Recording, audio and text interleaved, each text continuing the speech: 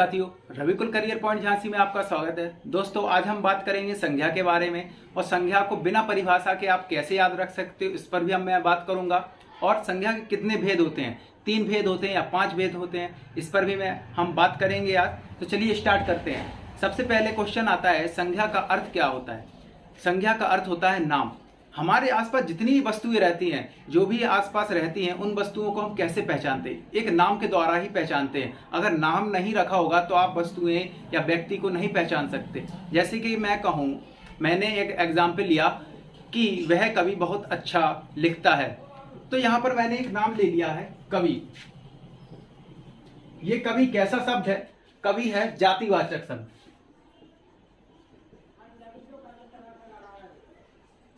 कवि जातिवाचक शब्द हो गया है।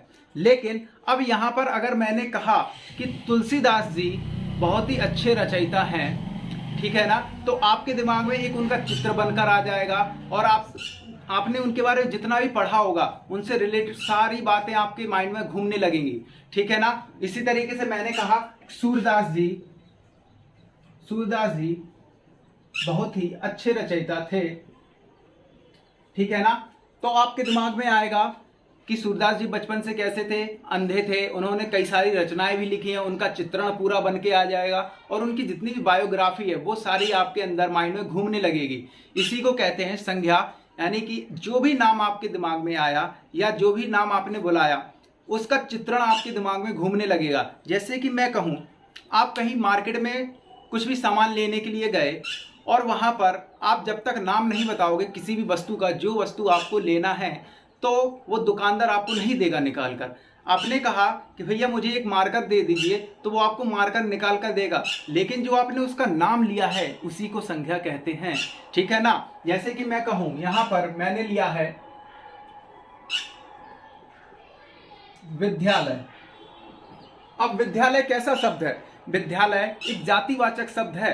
कैसा है? जातिवाचक शब्द है। भाई देखिए, आप जहां पर भी रहते हो, या मैं कहूं मैं झांसी में रहता हूं और झांसी में कई सारे विद्यालय हैं, तो ये क्या कर रहा है, एक पूरे विद्यालयों की जाति का बोध करवा रहा है। लेकिन अगर कोई मुझसे पूछे कि आप किस विद्यालय में पढ़ते हो, किस कॉलेज में पढ़ते हो, तो मुझे उस कॉलेज का एक नाम बताना पड़ेगा। अगर मैं नाम नहीं बताऊंगा तो आप नहीं पहचान सकते कि मैं किस कॉलेज से पढ़ा हूं, ठीक है ना। मैंने कहा कि मैं बीकेडी कॉलेज में पढ़ता हूं, तो आप तुरंत पहचान जाओगे कि हाँ, बीकेडी कॉलेज कहाँ है। आपके माइंड में एक पूरा चित्र बन जाएगा, आप वहां पर डायरेक्ट ही पहुंच सकते हो।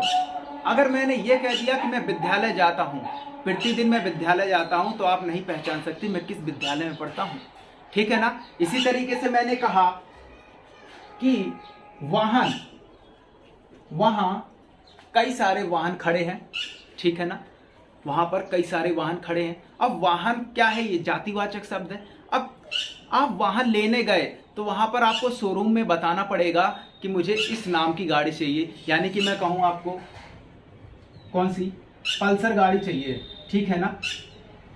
आपने कहा पल्सर 150 गाड़ी चाहिए मुझे, तो आपने इसका नाम बताया। अगर आप दुकानदार को नाम नहीं बताओगे तो उसको जानकारी नहीं मिलेगी कि आप कौन सी गाड़ी मांग रहे हो, ठीक है ना। अब हम बात करेंगे संज्ञा के पूरे विस्तृत रूप के बारे में, इसकी परिभाषा के बारे में। आई होप इतना समझ में आपको आ चुका होगा। अब मैं बात करता हूं संज्ञा के पूरे विस्तृत रूप के बारे में और इसको कैसे पहचानते हैं। इस सब पर में क्या करेंगे, हम बात करेंगे और इसकी परिभाषा भी देख लेते हैं, जो हमने बचपन से अभी तक पढ़ते आए हैं, ठीक है ना। लिखा है संज्ञा। संज्ञा को इंग्लिश में क्या कहते हैं? नाउन। इसका अर्थ क्या होता है? इसका अर्थ होता है नाम। वही है जो मैंने अभी बताया कि आप संज्ञा को कैसे, या कोई भी वस्तु है आप कैसे पहचानते हो, एक नाम के अकॉर्डिंग। अगर आपको किसी भी वस्तु का नाम नहीं है पता तो आप नहीं पहचान सकते। या मैं कहूँ आपको किसी अपने फ्रेंड के घर पे आना है, तो घर वाले क्या पूछेंगे, आप किस दोस्त के यहाँ पे जा रहे हो, तो आप उस दोस्त का क्या बताओगे? उस दोस्त का आपको नाम बताना पड़ेगा, तभी आपके घर वाले उसको समझ पाएंगे कि मेरा बेटा किसके घर पर गया हुआ है, ठीक है ना। अब मैं बात करता हूँ परिभाषा की। किसी व्यक्ति, वस्तु, स्थान व प्राणी के नाम को क्या कहते हैं? संज्ञा कहते हैं। जैसे उदाहरण दिया है राम। अब मैंने जहां आपके सामने एक राम शब्द लिया, राम नाम का क्या ले लिया, एक शब्द ले लिया, तो आपके दिमाग में क्या होगा, उसका चित्रण बनेगा कि राम जी जो थे अयोध्या में रहने वाले थे, ठीक है ना, वो किसके पुत्र थे और उन्होंने 14 वर्ष का वनवास किया था। ये सारी आपके दिमाग में पूरी बातें चलने लगेंगी, ठीक है ना। अगर मैं ये कहता कि वह व्यक्ति कौन है, या मैं कहूं उस व्यक्ति का नाम बताइए जो 14 वर्ष के लिए वनवास गया था, तो आप क्या बताओगे, उसका एक नाम बताओगे प्रॉपर। जैसे दूसरा है तुलसीदास। मैं यहां पर तुलसीदास ना लेकर मैंने कहा कि कवि में कौन से वह कवि है जिन्होंने श्री रामचरितमानस लिखी है, तो आप क्या कहोगे, सर तुलसीदास जी ने। तो आपने क्या बताया, उनका नाम बताया। अगर आप नाम नहीं बताओगे तो यह शब्द क्या होगा, कवि होगा, जातिवाचक शब्द रहेगा। अब इसके अंदर तो कई सारे कवि आएंगे ना, ठीक है ना। अगर आप किसी कवि का प्रॉपर एक नाम बताओगे तो वह क्या होगा, व्यक्तिवाचक हो जाएगा, ठीक है। यहां पर हमें आया गंगा। गंगा कैसा शब्द है, एक व्यक्तिवाचक शब्द है। क्यों, क्योंकि गंगा नदी है, ठीक है ना। अगर मैं कहता कि मैं उस नदी में नहाने के लिए जाऊंगा, तो आप कहोगे सर किस नदी में आपको जाना है, ठीक है ना। अगर मैं यह कह दूं आपसे कि मुझे गंगा नदी में नहाने जाना है, तो आप समझ जाओगे, तुरंत आपके दिमाग में फिर वही चित्र बनेगा, आप पहुंच जाओगे मेरे पास। तीसरा नेक्स्ट है इलाहाबाद। मैंने लिया नेक्स्ट इलाहाबाद। इलाहाबाद कैसा शब्द, स्थानवाचक शब्द। अब आपको इलाहाबाद में एग्जाम देने के लिए जाना है। मैं अगर यह कहता कि आपको किस शहर में एग्जाम देने के लिए जाना है, तो आप क्या कहते, शहर का जब तक नाम नहीं पता होगा तब तक आप नहीं जा सकते उस शहर में। आपको एक नाम चाहिए, नाम जब तक नहीं रहेगा तब तक आप किसी भी स्थान पर नहीं पहुंच सकते, ठीक है ना। आते हैं, अर्थ के आधार पर संख्या के 5 भेद होते हैं। कितने होते हैं, 5 भेद होते हैं। कौन कौन से, व्यक्तिवाचक, जातिवाचक, भाववाचक, समूहवाचक और द्रव्यवाचक, ठीक है ना। और यहाँ पर कहा गया है, जो व्याकरण के गुरु हैं कि कामता प्रसाद गुरुजी ने कहा है कि संख्या के 3 भेद होते हैं। कौन कौन से, व्यक्तिवाचक, जातिवाचक और भाववाचक। भाववाचक के अंदर ही कहा है कौन कौन से होते हैं, द्रव्यवाचक और समूहवाचक, ठीक है ना। आई होप इतना समझ में आपको आया होगा। अगर आपको ये वीडियो अच्छी लग रही है तो लाइक, कमेंट, शेयर और सब्सक्राइब करना ना भूलें। चलिए अब इसके हम भेदों के बारे में पढ़ लेते हैं पूरा विस्तृत रूप में। अब हम बात कर लेते हैं इसके भेदों के बारे में। संख्या के कितने भेद होते हैं, श्री कामता प्रसाद गुरु जी के द्वारा मैंने बताया था 3 भेद कहा है उन्होंने। कौन कौन से, व्यक्तिवाचक, जातिवाचक और भाववाचक। जबकि अर्थ के आधार पर कितने भेद होते हैं, 5, ठीक है। तो अब हम स्टार्ट करते हैं। पहला लिखा है मैंने जातिवाचक, ठीक है। जातिवाचक की परिभाषा देखते हैं। वह शब्द जो संपूर्ण जाति का बोध करा दे उसे हम क्या कहते हैं, जातिवाचक संज्ञा कहते हैं। जैसे कि क्या लिखा, जाति का बोध करा दे, पूरी जाति का, यानी कि जितनी पूरी संपूर्ण जाति है उसका बोध कराने वाले को क्या कहते हैं, उसी को हम जातिवाचक संज्ञा कहते हैं। जैसे दिया है स्कूल।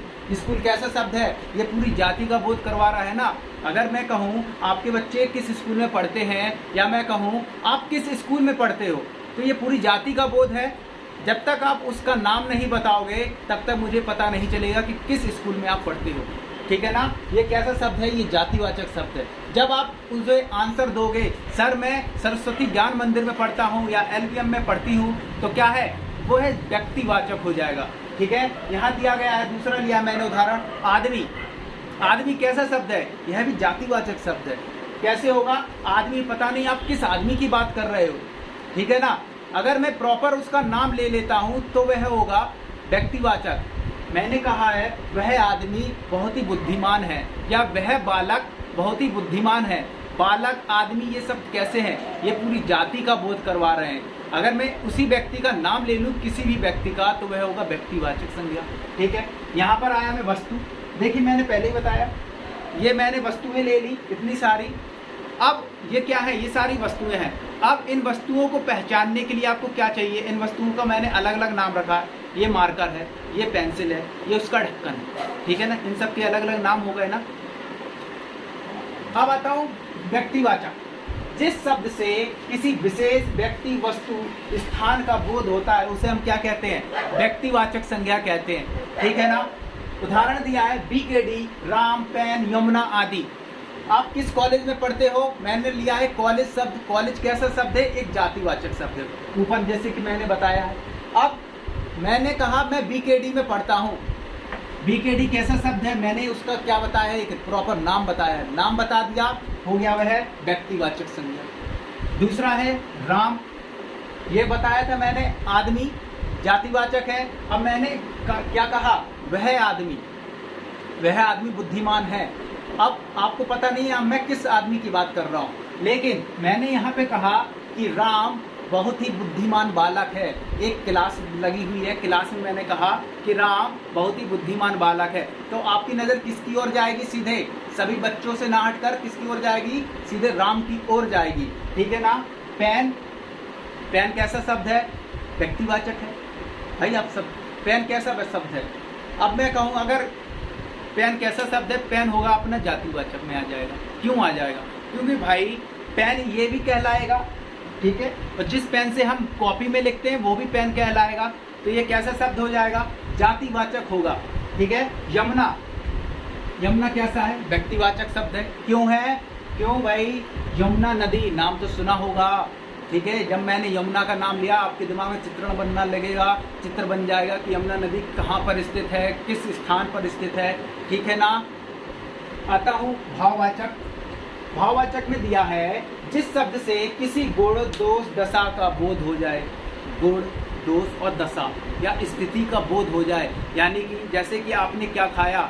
आपने कुछ गर्मा गर्म, मैं कहूँ गर्मा गर्म आपने कॉफ़ी पी, ठीक है ना। तो जब आपने कॉफ़ी पी तो उसका भाव कैसा, फीलिंग कैसी हुई? गर्म महसूस हुआ आपको।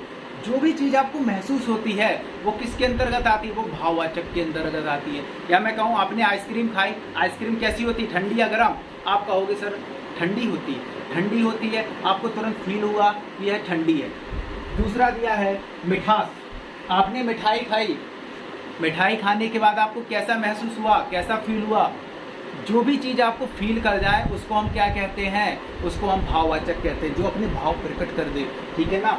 खटास, अचार खाते हैं, आम खाते हैं, ठीक है ना। जब आम कैसे रहते हैं? खट्टे, यानी कि कच्चे रहते हैं तो वो कैसे लगते हैं? खट्टे खट्टे लगते हैं, हो गया, ठीक है ना। इसी को क्या कहते हैं? भाववाचक। फिर से रिपीट करता हूँ, व्यक्तिवाचक में क्या होता है? किसी विशेष व्यक्ति की विशेषता बता दे, उसी को क्या कहते हैं? व्यक्तिवाचक संज्ञा। मोहन अच्छा लड़का है। मोहन कैसा है? अच्छा लड़का है। मैंने मोहन की विशेषता बताई है, ना कि मैंने ये कहा कि बालक सभी अच्छे हैं, ठीक है ना। अगर मैं कहूँ सभी बालक अच्छे हैं या सभी विद्यार्थी अच्छे हैं, तो विद्यार्थी और बालक कैसे शब्द हो गए? ये जाति का बोध हो गया, पूरी जाति का बोध करवा दिया मैंने। और यहाँ पर जब मैंने भाववाचक पर आया तो मैंने कहा कि चाय बहुत गर्म है। गर्म जो शब्द आया वह कैसा शब्द है? गर्म शब्द यानी कि गर्मी, गर्म कैसा शब्द हो गया? ये गर्मी, मुझे गर्मी लग रही है, मुझे सर्दी लग रही है, ठीक है, कैसे शब्द हैं ये अपने हो गए भाववाचक, जो महसूस करा दे, ठीक है ना। अब हम आते हैं इसके आगे के दो और भेदों की ओर मैं चलता हूँ, ठीक है।